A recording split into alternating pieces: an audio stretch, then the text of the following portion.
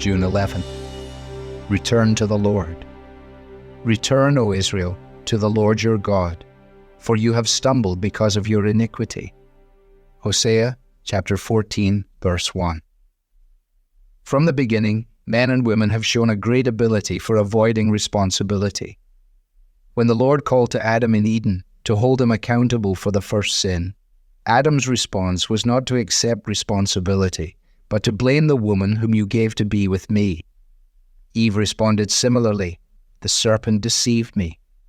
And so the trend continues to this day. We recognize that we have problems and do not walk with God the way we are designed to. But our instinct is to find reasons to explain away our error. Is your spouse difficult? Is your church unexciting? Is your job or home life too stressful?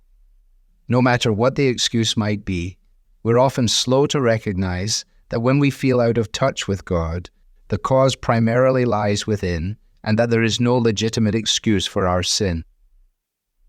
This is the point the prophet Hosea made to the people of Israel. They found themselves far from God, and the reason should not have been difficult to discern. You have stumbled because of your iniquity. It was their sin that was causing them to stumble, nothing and no one else. God's people had been called to live in a way that was noticeably distinct from the surrounding nations, but they had not lived up to their calling. Instead, it could be said that Ephraim, here representing God's people, mixes himself with the peoples around them. The holiness of God's people was partial.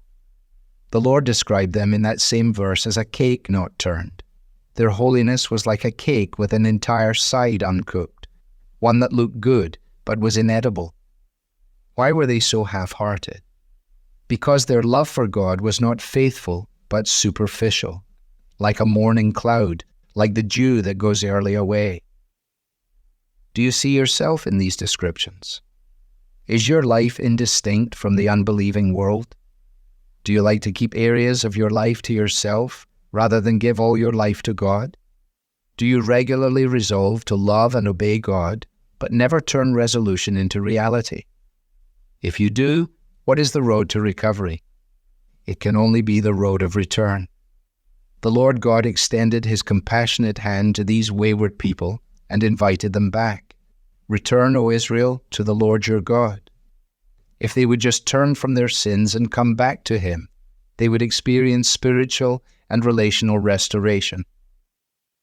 If you have been walking waywardly, estranged from God, perhaps you can identify with the prodigal son from Luke 15. What did he do when he realized how badly wrong things had gone? He came to his senses, he accepted full responsibility, and he returned to his father. And the response of that father is the response of God to any of his wandering children if we return, without excuses and asking for forgiveness, an eager reunion, abundant blessing, and restored fellowship with the God whose love never evaporates. Devotional material is taken from the Truth for Life Daily Devotionals, copyright Alistair Begg, and is published by the Good Book Company. This reading was digitally created by Truth for Life and is used with permission. For more clear, relevant Bible teaching, visit truthforlife.org.